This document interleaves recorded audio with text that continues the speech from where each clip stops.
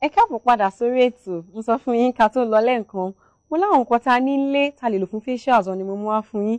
Àwọn nǹkan tó wà 100% safe fún wa tí ò pani lára òun mo wá fún yín lórí ètò yìí. Mo sọ fún yín lórí ètò lónìí celebration gala ní Orísun at 4. Mo kọ́kọ́ kí olùdarí iléeṣẹ́ Orísun ìyẹn chairman wa ẹni tó ní Orísun. Mo kí wọn pọ̀ kú oríire because èèyàn bá establish nǹkan fún 4 years tó dẹ̀ lè sustain ẹ̀ kò easy. A lot of companies láti dákọ̀ ti fold up. Bàdúpẹ́ fọlọ́run bá congratulatory message mi mo send ẹ̀ sí yín. Bákan náà gbogbo àwọn management Orísun pátápátá lórí staff everybody pátá la appreciate effort ní Orísun Akiyin congratulations. Àwọn kọ́kọ́ kíra kó tó dípa bẹ̀rẹ̀ sí ń ká àwọn message ten send sí wa lórí Orísun. Pátí wa ọ̀bọ̀ máa fún yín venue dé tó bá ṣe ń lọ. Bí mo yẹ sọ fún yín mo ní àwọn nǹkan tó wà níta lè lò fún facials àmọ́ mo wá fún yín oríṣiríṣi nǹkan la lè lò. Oyin ni, iyọ̀ ni, turmeric ni, cinnamon, anything. A lot of kitchen ingredients táwa gan mọ̀ wúlò ẹ̀. Aside from pé ká fi sóúnjẹ ló wúlò fojú ló dẹ̀ wúlò fara. Lónìí àwọn nǹkan tí mo ní wá fún yín náà ni oyin ni máa ti bẹ̀rẹ̀.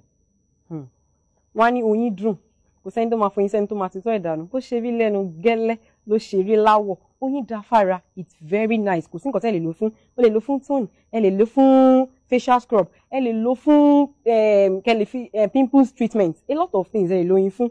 Àmọ́ lónìí ẹ jẹ́ kọ́kọ́ bẹ̀rẹ̀ láti pé kẹ́ lò fún Akiyin ní. Ẹ lè lò oyin pẹ̀lú nǹkan tẹ́ kan máa nídà ti ṣe ni. Ẹ ṣàmú gègé yín.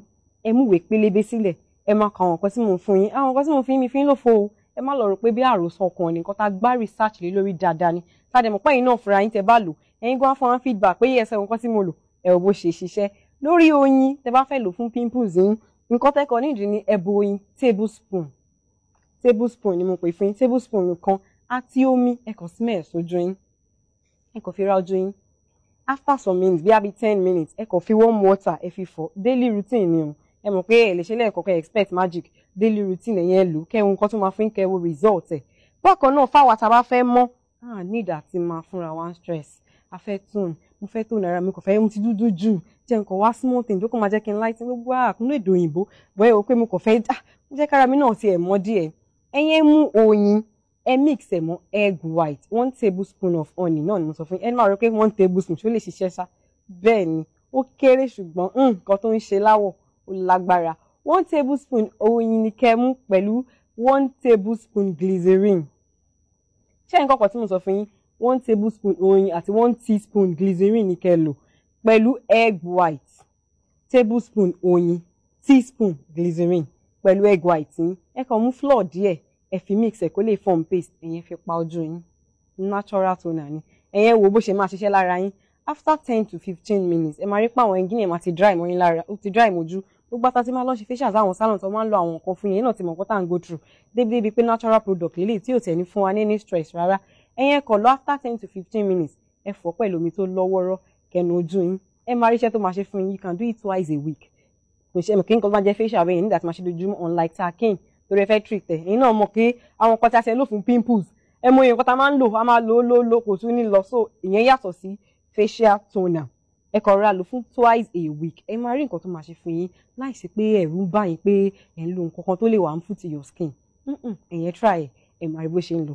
Last tip lórí oyin tí máa fún yín lónìí oyin dá fún a lot of things ẹ máa rò pé ó ṣe jẹ́ pé skin ló ń sọ yes mo ti sọ fún yín pé facials la fẹ́ ṣe lẹ́yìn bẹ́ẹ̀ tẹ́ bá mú oyin dá fún rùnbọ̀ yẹn dọjọ́ mi tàbá mọ́rọ̀ ọ̀run ní sísọ lónìí ọ̀rọ̀ ojú là ń mú sọ. Bákan náà ẹ lè lóyin fún facial scrub yín bẹ́ẹ̀ ni ẹ lè lóyin fún facial scrub yín eléyìí náà kò gbà lára rárá nǹkan kékeré lẹ need bí mo ṣe sọ fún yín pé ẹ lè lóyin fún facial scrub náà ẹ mọ̀ kó ti di nǹkan mẹ́ta tí mo ti fún yín yẹn ẹ lè lóyin fún Akiyin problems yín ẹ lè lò fún toner ẹ lè lò fún facial scrub bọ́ọ̀lù ẹ lè lò fún facial scrub ẹ̀yẹn ṣàmú 1 tablespoon of oyin ẹ rí pé 1 tablespoon ni mo ń hammer mu 1 tablespoon ẹ lè má rò pé 1 tablespoon kí ló fẹ́ ṣe just try kẹ́ wá fún mi feedback 1 tablespoon oyin lẹ máa lò pẹ̀lú half cup of lavender mo bẹ́ẹ̀ gbọ́ la máa mọ lavender like a lemon something I guess òun lẹ máa lò pẹ̀lú 1 tablespoon oyin àti 1/4 sea salt òun ni ẹ máa mix ẹ̀yin fẹ́yìn tẹ́ bá like pé kó ẹ fẹ́ kókò máa run oyin àbí kó máa lavender ẹ lè lò bóyá 2 or 3 drops of vanilla your choice ẹ mix ilé pọ̀ kẹ́ fi pa ojú yín fún facial scrub sea salt does wonders ẹ̀yin máa rí nǹkan tó máa ṣe lójú yín ẹ̀yin kan máa fún mi feedback pé ni mo ti wá náwó tó yìí fún spa láti jọjọ́ yìí ṣé pé nǹkan tí mo wá lọ ṣòkòtò ó wà lápẹ̀ ṣòkòtò mi ẹ wo kó tó di pé mo tẹ̀síwájú lórí àwọn tips màmá fún yín ẹ já gbọ́ nǹkan táwọn èèyàn sọ ṣáwọn èèyàn ti ń ṣe facials rárá àbí kí lọ́ọ́ tiẹ̀ lò ká tún kọ́gbọ́n sí ẹ já gbọ́. Orúkọ mi ni Oríyọmí. Mo ti lo oyin rí and it's okay. Ó wà okay, yes. Mo apply ẹ̀ ìgbà tí mo jí mo fọ ojú mi so mo apply ẹ̀ fún 10 minutes. So after that 10 minutes mo fọ kúrò. Èmi ò lo nǹkan kan nínú oyin àbí ọ̀hún kankan bẹ́ẹ̀ èmi kàn ṣe máa mọ̀ pé mo ń wẹ̀ mo dẹ̀ ń dán lára so lọ́lọ́ ń ṣe dá mi. Èmi ò lo gbogbo nǹkan bẹ́ẹ̀ yẹn rí o. I just stay on my own. Ẹ rí pé èèyàn dúdú ni mí mi ò kí ń lo nǹkan kan. Nǹkan tí máa ń lò ní kí n jí láàárọ̀ kí n fọ ojú mi dáadáa kí n dẹ̀ kún powder fẹ́rẹ́fẹ́ powder white mi kí n lo coloured bẹ́ẹ̀ ni torí pé èèyàn dúdú ni mí so mi ò ní ìdí láti máa lo nǹkan mi láti hard sí Ọlọ́run ti fún mi lẹ́wà mi látọ̀run wá. Thank you.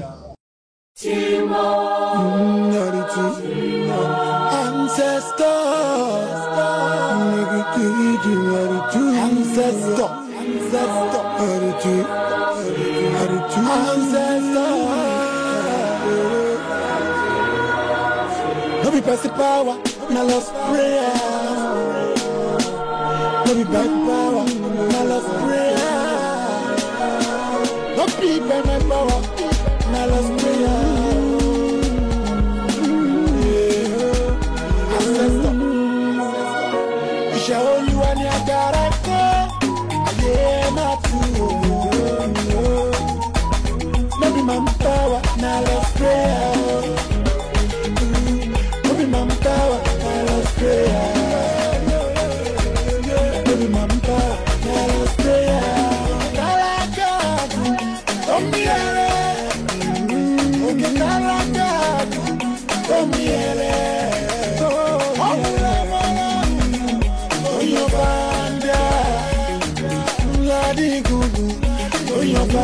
You wishing me make her cry, you wishing me make her die. Now my damn for you just be fine, but somehow I just be fine.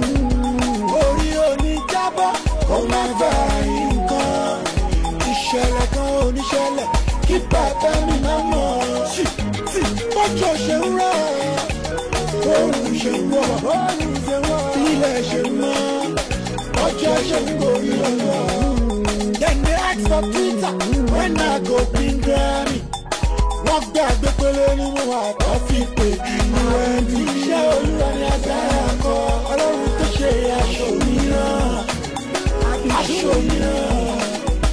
Aṣọ mìíràn. Iṣẹ́ Olúwa ni agbára kọ. Ilé máa tú o. Àdìtú mi. No be my power, na love prayer.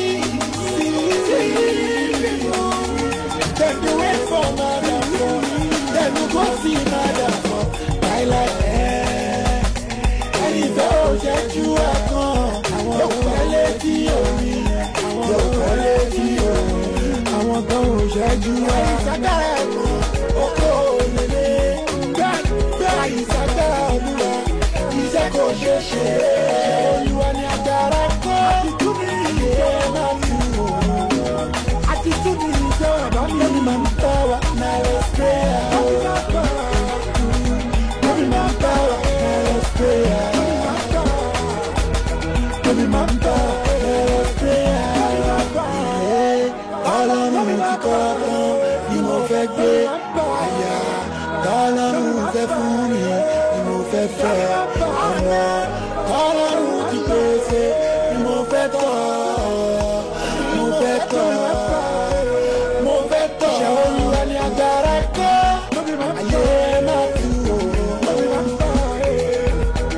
manpower, now lost prayer. No be manpower, now lost prayer. No be manpower, now lost prayer. Hey, man,